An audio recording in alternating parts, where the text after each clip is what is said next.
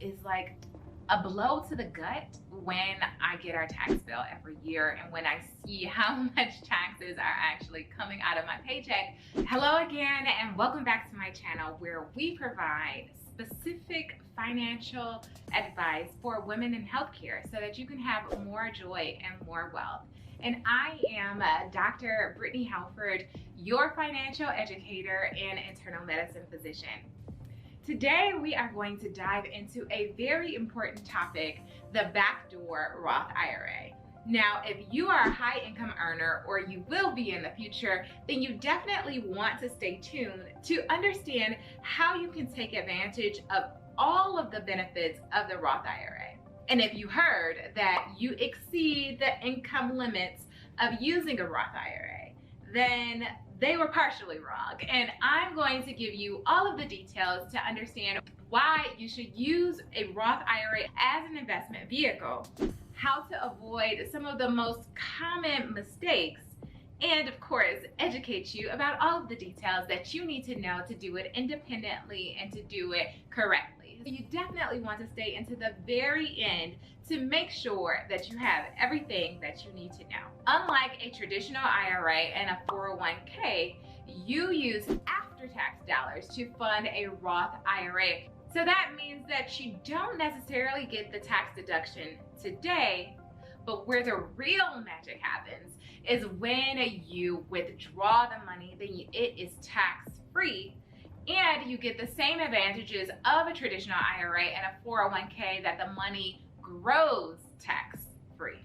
You pay no taxes at the time of withdrawal as long as the money has been in the account for 5 years and that you're 59 and a half at the time of withdrawal. Plus, there is no required minimum distribution. That money can continue to grow if you choose to let it, and you can leave it as a nest egg to your heirs. Now, unfortunately, the IRS has imposed some income limits on the utilization of a Roth IRA. And that way, you can't take the front door to contribute directly into the account, and therefore, we've created this backdoor route.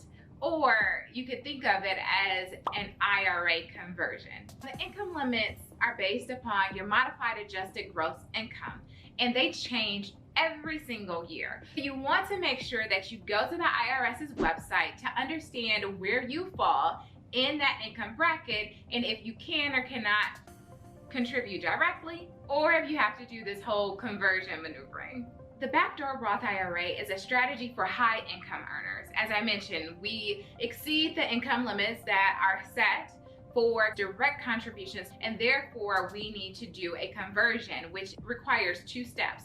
The first step is that you fund a traditional IRA with after-tax contributions, so non-deductible contributions, and then you allow that money to sit into the account, depending on who you ask, for a month, a day, a year, and you convert it into a Roth IRA. Now, one of the biggest mistakes, should I tell you this now? I think I'm gonna save it for later. Hit the subscribe button, the notification bell, and keep watching this video. Before we move any further, I want to introduce you to something that many of us forget when we're doing this Backdoor Roth IRA, because we're just super excited that we can put money into this account and that we're building wealth and all of the benefits.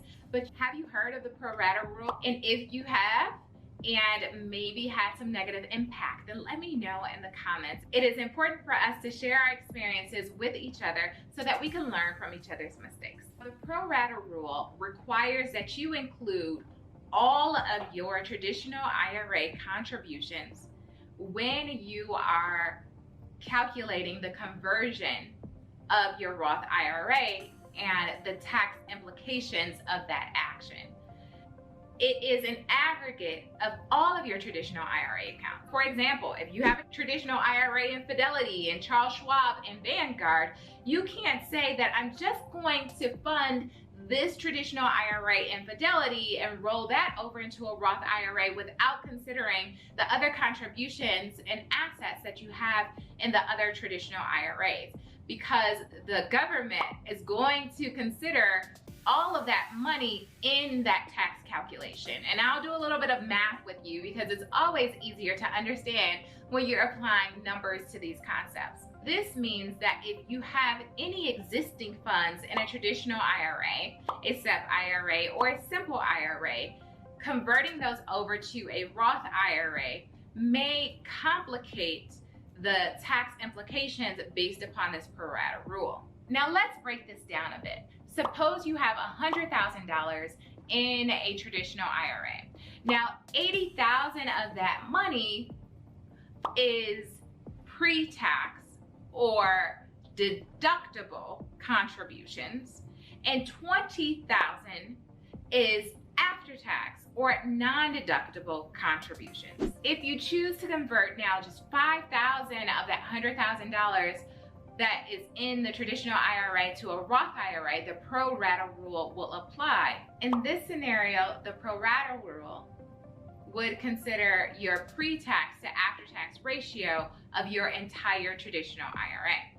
So you had $80,000 of pre-tax contributions or a composition of the entire traditional IRA balance, which comprises 80% of your entire traditional IRA.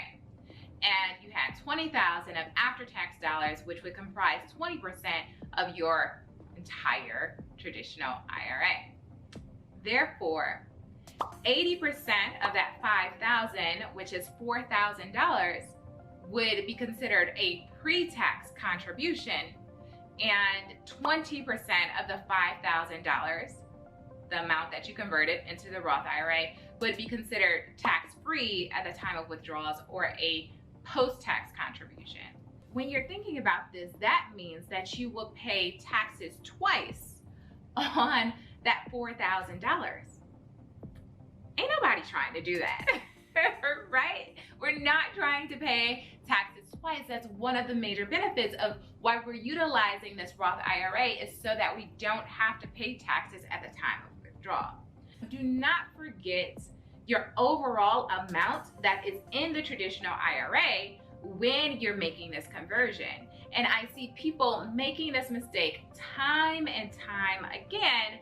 And if you stay until the end of the video, I'm going to share with you some tips on how you can actually avoid this and fix this mistake.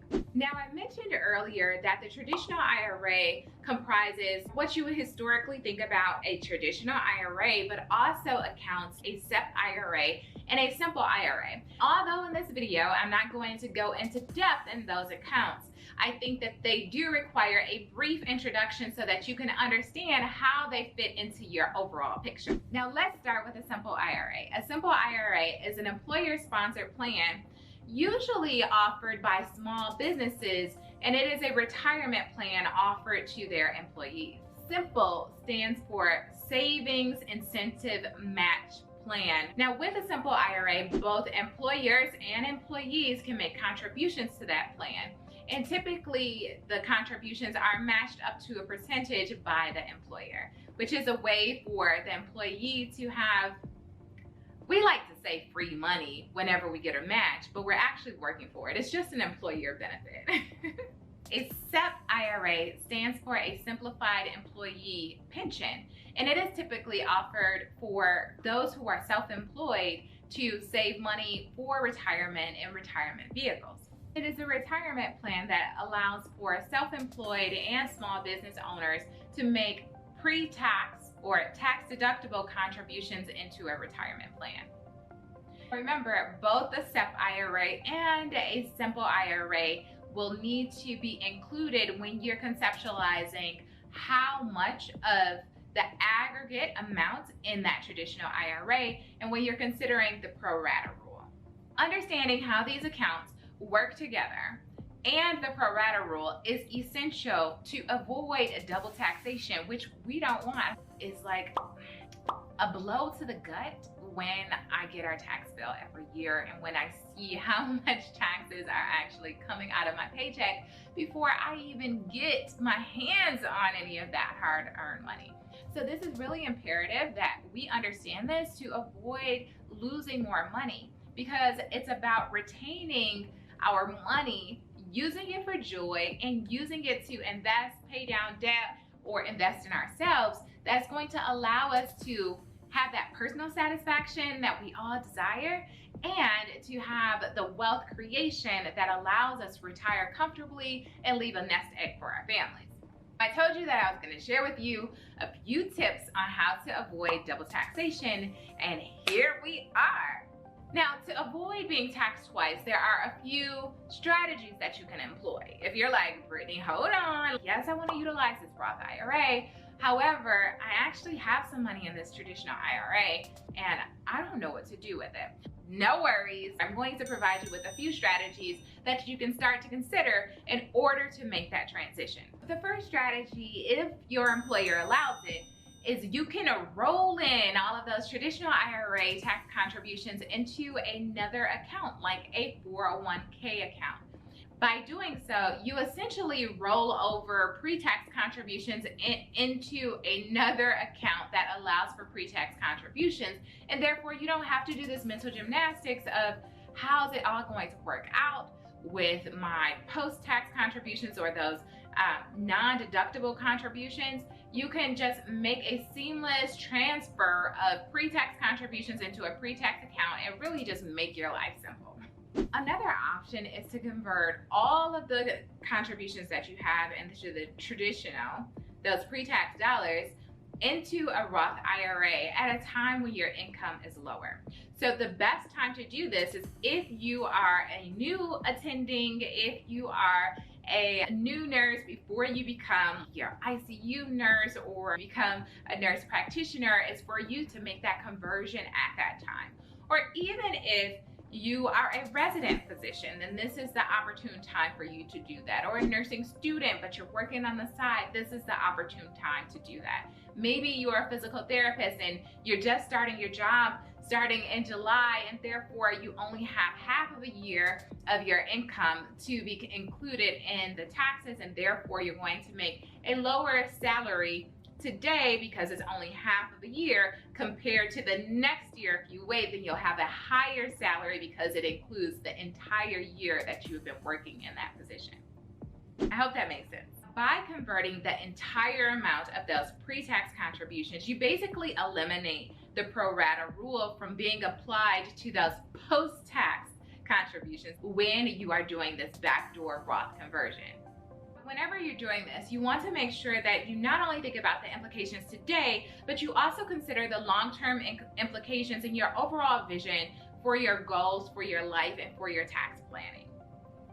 And this is when it's really important that you start to think about involving a tax professional or get a financial coach so that you can bolster your financial literacy to better understand how that's going to impact you long term. Because this is not a plan that has been clearly defined by the IRS, that there are some considerations that we have to have in considering its long-term viability. Let's get into some of the limitations of the backdoor Roth IRA and some of the considerations that you should make today. In the case that the IRS does an audit of your account or determines that this is actually not a viable option, that you actually did this stepwise conversion and they don't like it. Remember I said that you can leave it in the account for a day, for a month, and for a year.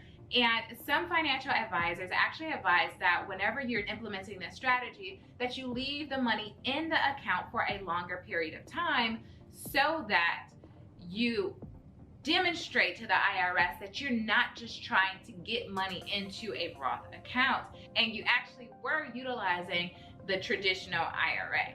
This is why it's important to involve your tax professional. It's important for you to understand the risk, because this may or may not happen to you.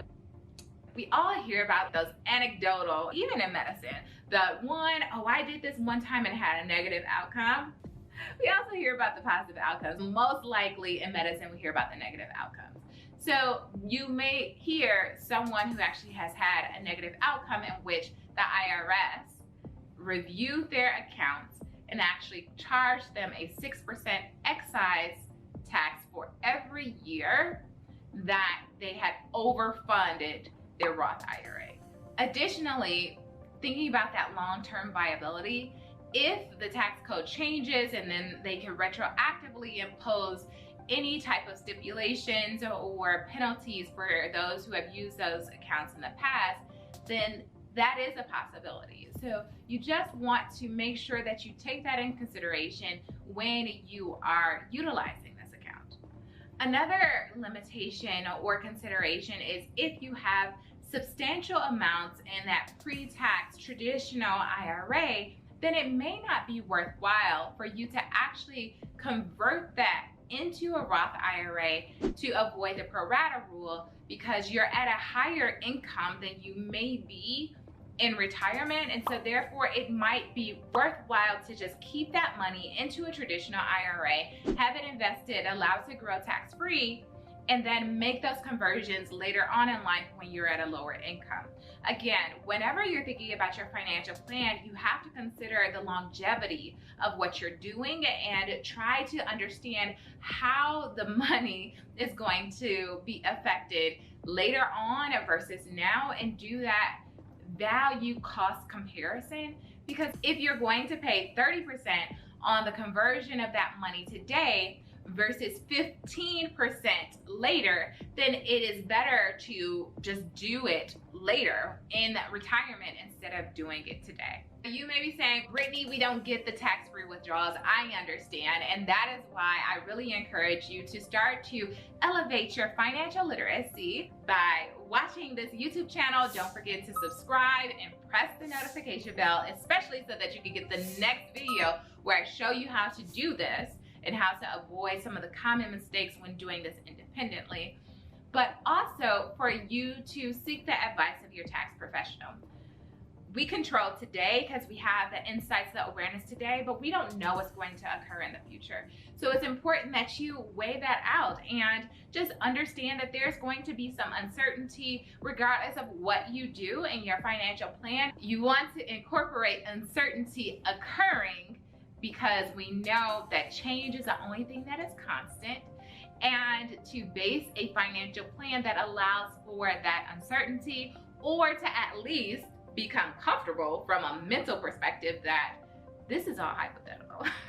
It's all hypothetical.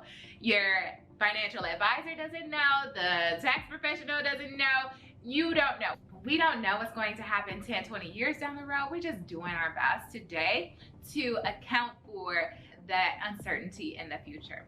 Now, I mentioned that there's another mistake, and this is a really big mistake that people forget to do when they are doing the Roth conversion, especially when they're doing it for themselves. And that is to file an IRS Form 8606. Without going into too much detail, the Form 8606 just basically tells the IRS that you made a non-deductible after-tax dollars, and that way they don't charge you additional taxes for the money that you've already paid taxes on. You want to remember the pro rata rule, you want to remember the 8606 form to the IRS, and that way you'll be in good standing and you can keep most of your money and make it work for you. Now, if you're a woman in healthcare and you're like, all right, Dr. Brittany, this is fantastic information, thank you, but I haven't had the opportunity to engage in my finances in a meaningful way that allows me to have confidence and competence, then I want to invite you to consider my financial coaching program, The Joyous Journey to Wealth. The Joyous Journey to Wealth is a group financial coaching program in which I take you from wherever you are, just recently graduating from residency, now having an attending salary, and not knowing what the hell to do with it, and not knowing anything about your finances, to being confident, competent, and doing it on your own in 4 months. Wow. When I reflect on my medical education, when I speak with my nurses, my sisters who are nurse practitioners and nurse anesthetists, they're like, yeah, I got none of that in my training. I got none of that in medical school. And we are expected to manage this high income and to do it gracefully. And that is what the group coaching program helps you to do, in a way where you can ask the questions. I recently had a conversation with one of my clients, and she's like, yeah, I like my financial advisor. I think he's doing what he's supposed to do, but I just don't feel comfortable talking to him. One, sounds like he's speaking Japanese because I haven't delved into the financial space and they don't break it down in layman's terms. Just think about when we learned medical terminology. It's like learning a new vocabulary, speaking a foreign language. And because he is a professional, then I express deference, so I don't ask the questions. This is an opportunity for you to ask the questions, for you to be with a woman who has been there, done that, paid off $138,000 of student loan debt in under 3 years and gained the financial knowledge, competency to engage with financial advisors at a level in which they know I know what the hell I'm talking about. They don't try to pull any fast moves over on me. I understand how I'm making strategic moves today, tomorrow, and the implications of that in the future. And that is exactly where I get my clients. If you're interested, then all you have to do is to click the link in the description and schedule a call with me. Now, I'm looking for women who are actually interested in doing some work. This is not a done for you service. This is a done with you. We are going to work with you to understand what brings you joy. No sense of going to work, earning money, taking care of patients when you're miserable, right? So we'll focus on the joy, but we'll also really get very strategic, enhance that financial literacy so that you can feel like you can do it on your own. And if you choose to involve a financial professional, it is by choice and you understand the choice that you're making. So click the link in the description and schedule a call with me. I can't wait to meet you on the call. And if you're a woman who has debt and you're just looking for a framework to get started, I paid off $138,000 in 3 years while traveling, having a baby, and enjoying my life, then I have put a debt-free checklist. It's absolutely free in the description for you as well, so that you can get access to that and get started in paying off your debt. The next video, I'm gonna teach you how to do this and avoid some of the common mistakes. So you definitely want to watch that one next. I'll see you soon. Bye-bye.